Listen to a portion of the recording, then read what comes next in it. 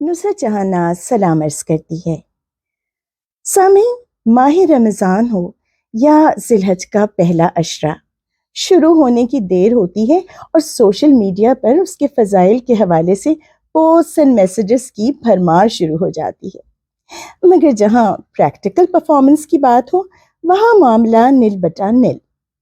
ہم مسلمانوں، بالخصوص پاکستانیوں نے اللہ رسول کے احکامات پر عمل کرنے کا ایک بہت آسان راستہ ڈھونڈ لیا ہے، یعنی social media platforms. Instead of performing practically, ہم اپنے تمام فرائض ورچولی پرفارم کر کے مطمئن ہو جاتے ہیں۔ اب بھلا نماز کا تردد روز روز، اور وہ بھی دن میں 5 مرتبہ، توبہ کون کرے؟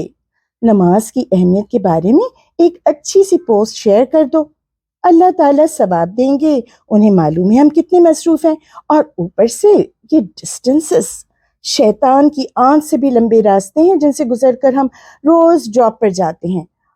آئی ایم شیور اللہ تعالیٰ از ویری انڈرسٹینڈنگ۔ اسی طرح اور تمام فرائض کے لیے بھی ہمارا حال کچھ زیادہ مختلف نہیں۔ جتنی باتوں کو کرنے کا حکم ہے وہ اپنی اپنی کنوینئنس کے لحاظ سے ہم نے آپس میں تقسیم کر لی ہیں۔ جنہیں روزے اور عمرے سوٹ کرتے ہیں وہ انہیں انجام دے لیتے ہیں، جو خیرات و صدقات کی استطاعت رکھتے ہیں وہ ان کا اہتمام کر لیتے ہیں۔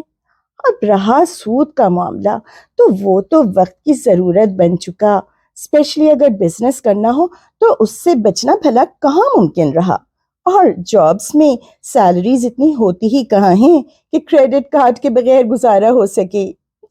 باقی ڈوز اینڈ ڈونٹس کا بھی حال کچھ زیادہ مختلف نہیں۔ ہمارے لائف سٹائلز اب اس نہج پر آ چکے کہ تعلیم مکمل کیے بنا، پروفیشنل ایکسپرٹیز حاصل کیے بغیر اور خود کو اسٹیبلش کرنے سے پہلے شادیاں کر کے گھر بسانا تو اب ممکن ہی نہیں رہا۔ نتیجتاً نکاح کا انسٹیٹیوٹ بھی دھیرے دھیرے زوال پذیر ہونا شروع ہو چکا، اور اگر یہی حال رہا تو اگلی چند دہائیوں میں ہمارا حال بھی ویسٹرن سوسائٹی سے کچھ زیادہ مختلف نہیں رہے گا۔ اور اب تو انسان کو اپنی خواہشات اور ضروریات پوری کرنے کے لیے شادی کے انسٹیٹیوشن کی کوئی اتنی خاص ضرورت بھی نہیں رہی۔ ہر طرح کے مواقع بآسانی دستیاب ہیں، اور اگر دل میں خدا کا خوف نہ ہو، صحیح اور غلط کی تمیز نہ ہو، تو why not avail the options. تو بس آج کل یہی کچھ ہو رہا ہے، اور جس طرح پچھلے 50 برسوں میں جوائنٹ فیملی سسٹم ٹوٹا، اگلے 50 سالوں میں امیڈیٹ فیملیز کا شیرازہ بکھرنے اور شادی بیاہ کا انسٹیٹیوشن توڑ کر من مانی کرنے یا لیونگ ٹوگیدر کا کانسیپٹ اپنانے میں بھی ہمیں کچھ زیادہ وقت نہیں لگے گا۔ مگر کیا ہم سمجھتے ہیں کہ یہ زندگی ہمیں بس اپنی خواہشات پوری کرنے کے لیے یا انجوائے کرنے کے لیے دی گئی ہے؟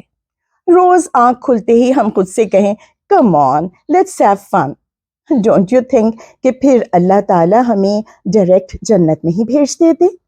کسی بھی نارمل انٹلیکٹ کو یہ بات اپیل نہیں کر سکتی unless and until وہ perverted نیچر کا ہو کہ ہم بنا کسی روک ٹوک کے اپنی اپنی مرضی سے زندگی گزاریں، اور صورتحال یہ ہو کہ کسی کو کم میسر ہو اور کسی کو زیادہ، کوئی تکلیفوں اور مشکلوں میں زندگی گزارے اور کوئی عیش و عشرت میں، کوئی صحت کے مزے لوٹ رہا ہو اور کوئی بیماری سے نبرداس ماں، کسی کو حسن و جمال کے خزانوں سے نوازا گیا ہو اور کوئی بنیادی اعضاء سے بھی محروم۔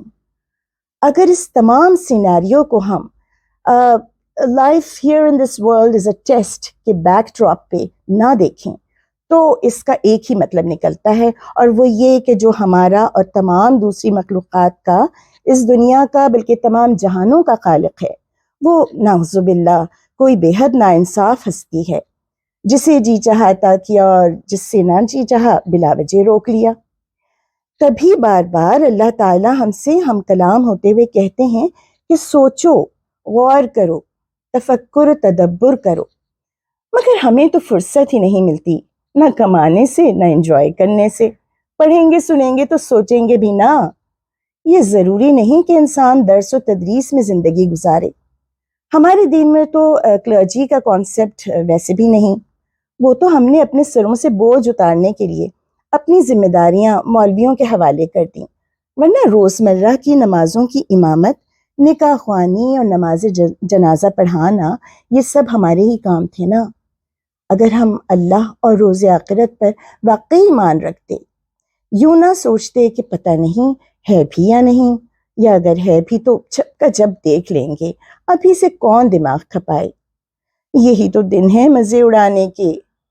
اس مائنڈ سیٹ کے ساتھ بھلا ہم سنجیدہ کیسے ہو سکتے ہیں؟ اور اسی طرح ایک دن ہمیں موت بھی آ لے گی۔ تبھی تو اللہ تعالیٰ نے انسانیت کے ایک بڑے حصے کو خسارہ اٹھانے والوں میں شمار فرمایا ہے۔ اب یہ ہماری چوائس ہے کہ ہم کن میں شامل ہونا چاہتے ہیں، کیونکہ as far as this world is concerned ہم تو بہت کیئرفل، بہت کنسرنڈ، بلکہ بہت ایمبیشس رہتے ہیں۔ پروفٹس اینڈ گینز کا کوئی موقع بھی ہاتھ سے جانے نہیں دیتے۔ پھر جہاں انفینٹ لائف کا سوال ہوتا ہے تو ہمارا ایٹیٹیوڈ اتنا لیزی، اتنا لیتھارجک کیوں ہو جاتا ہے؟ کبھی سوچا؟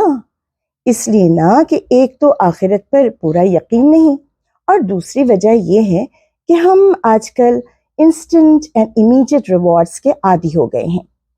کسی چیز کے لیے انتظار تو ہماری سرشت سے غائب ہوتا جا رہا ہے۔ کیوز میں ہم لگنا پسند نہیں کرتے، فائلز رشوت دے کر آگے بڑھا دیتے ہیں، کمائی کے لیے شارٹ کٹس ڈھونڈتے ہیں۔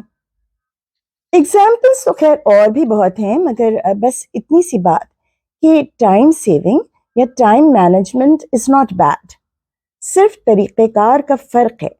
اگر اللہ کی رضا کے دائرے میں ہو تو ٹھیک، ورنہ ہم خود اپنے بارے میں سمجھدار ہیں۔ اللہ تعالیٰ نے تو جتنا ہمیں سمجھانا تھا سمجھا دیا، اب ہمارا کام ہے کہ ہوش کے ناخن لیں، اپنی انٹلیکٹ کو جہاں اور کاموں کے لیے یوز کرتے ہیں وہیں اسے لائف لانگ فائدے کے لیے بھی استعمال کریں۔ زندگی میں ہم جہاں ہیں، جو کام بھی کر رہے ہیں، بس اسے اللہ تعالیٰ کے احکامات، اس کے رولز اینڈ ریگولیشنز کے اسفیئر میں رہ کر گاڈ کانشیس ہو کر کریں، اپنی خواہشات، اپنے نفس کو پیچھے کر کے اور اپنے خالق کی بات کو آگے کر کے جئیں۔ اگرچہ کہ ایٹ ٹائمز یہ بہت ڈیفیکلٹ ہو جاتا ہے، مگر پھر ٹیسٹ تو ایسے ہی ہوتے ہیں نا۔ کون سے ٹیسٹ آسان ہوتے ہیں آپ بتائیں؟ دنیا میں تو ہو سکتا ہے ہم کچھ دے دلا کر کامیاب بھی ہو جائیں، مگر وہاں تو ایسا نہیں ہو سکتا نا، تو پھر وہاں کی تیاری ابھی سے یہاں کیوں نہیں؟ آج کل پروفٹس کو ڈبل ٹرپل کرنے کا بہترین موقع ہے۔ ذی الحج کا یہ پہلا عشرہ، these 10 days especially are very crucial، جسے سال کے اور تمام دنوں پر فضیلت حاصل ہے، اور ہم اسے اگر کچھ زیادہ نہیں تو ایٹ لیسٹ کلام اللہ ترجمے سے پڑھ کر ہی اپنی سوچ، اپنی انٹلیکٹ کو سٹیمیولیٹ اینڈ ایکٹیویٹ کر سکتے ہیں۔ کہیں سے تو شروعات ہوں، دیر تو پہلے ہی ہو چکی، کہیں اور بھی دیر نہ ہو جائے اور زندگی کی ڈور ہی ٹوٹ جائے۔ اللہ ہماری جان اور ایمان کی حفاظت فرمائے، آمین۔ نصرت جہاں ناز کو اجازت، اللہ نگہبان۔